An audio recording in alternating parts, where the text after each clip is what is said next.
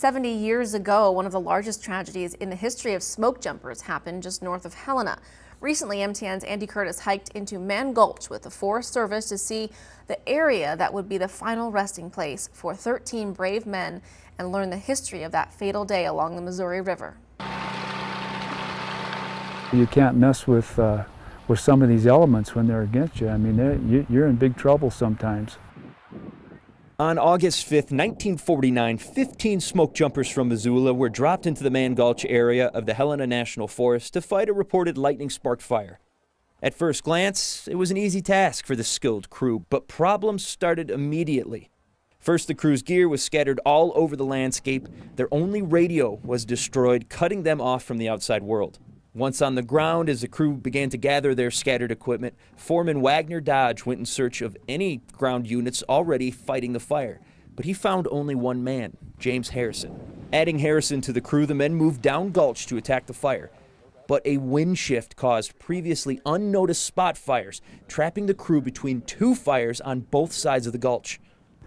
What's interesting about this one, though, is that wind not only changed direction and did a right turn, and came up that canyon. It came up the canyon when it was getting toward the end of the day, and it probably should have been going down the canyon.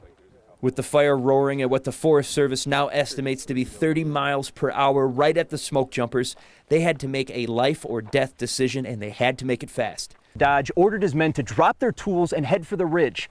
But with fire nipping at their heels on a steep slope like this one, it was a race that 13 of them wouldn't win.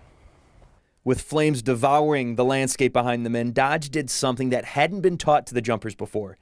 He lit the unburnt grass around him on fire, burning the area to black and robbing the flames of fuel.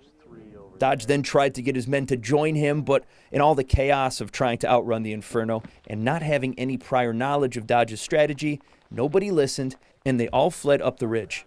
Alone in that patch of burnt earth, Dodge wet a handkerchief, put it over his mouth, and laid face down in the burnt-out area as the main fire passed.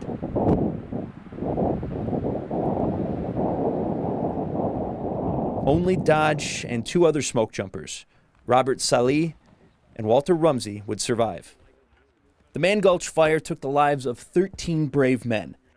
But from that tragedy came a change to the way wildland fires are fought and understood, with more attention being placed on wind, weather, and attack strategies to lessen the chances of any similar tragedies happening in the future. Reporting from Mann Gulch, Andy Curtis, MTN News.